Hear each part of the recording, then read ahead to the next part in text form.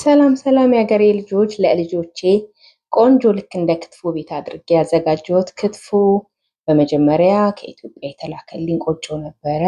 እሱን ለሁለት እንደዚህ ከፈልኩኝና ግማሹን ከጾም በኋላ እጠቀመዋለሁ ብዬ በላስቲክ እንደዚሁ ጥቅልል አድርጌ ያስቀመጥኩት። እዚህኛው ላይ ቡላ፣ ኮረሪማ፣ ጨው አደረኩኝና ውሃ አድርጌ ቆንጆ አድርጌ ያሸሁት።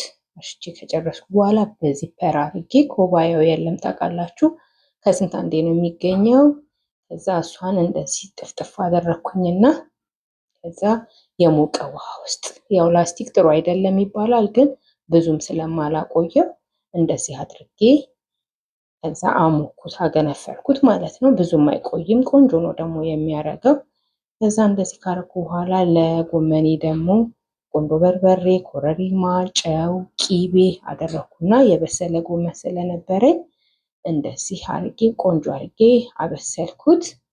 ከዛ እሱን ስጨርስ ደግሞ እሱን ካወጣው በኋላ አይብ ደግሞ ነበረኝ ያዘጋጀሁት። ለሱም በቀዝቃዛ ባጠፋሁት ስቶቭ ላይ ቂቤውንና ሚጥሚጣውን ለማደባለቅ ብቻ ካደረኩኝ በኋላ አወጣሁኝና አይቤን ጨመርኩኝ።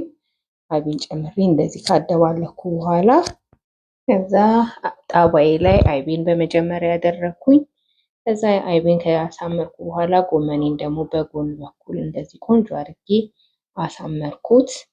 ከዛ በመቀጠል ደግሞ ለክትፎ የሚሆን ደግሞ ቂቤ፣ ከዛ ሚጥሚጣ፣ ኮረሪማ፣ ጨው አደረኩኝና ደግሞ የተንጠፈጠፈለት ስጋ ነበረኝ። እሷን ደግሞ እንደዚህ ጨምሬ በሰል አረኳት። ያው የልጅ ቤት ስለሆነ ትንሽ በሰል ማድረግ ነበረብኝ። ከዛ እንደዚህ አሳምሬ አበሰልኩኝና ከዛ ቆጮዬም ስለደረሰችልኝ ቆጮዬን እንደዚህ ቆጥረጥ አረኩኝ። ከዛ እሷን ካስተካከልኩ በኋላ ደግሞ ክትፎዬን ጣባዬ ላይ ገለበትኩኝ። ከዛ እንደዚህ አሳመርኩት። ከዛ በስተመጨረሻ ሳህን ላይ ቆጮዬንም ደረቅ እንጀራዬንም እንደዚህ አሳምሬ ከዳድኜ ለምግብነት አቀረብኩኝ ማለት ነው። እንዴት ቆንጆ እንደሆነ ቤታችሁ እንደዚህ አድርጋችሁ መስራት እንችላለን። በቀላሉ ልጆቻችንን የትም ሳንወስድ ማለት ነው። እንደ ቤት የሚሆን የማንም የለም። ስላያችሁኝ አመሰግናለሁ። ኮመንት እና ላይክ አይረሳ። ሰብስክራይብ ደግሞ በጣም አዲስ ነኝ፣ አበረታቱኝ።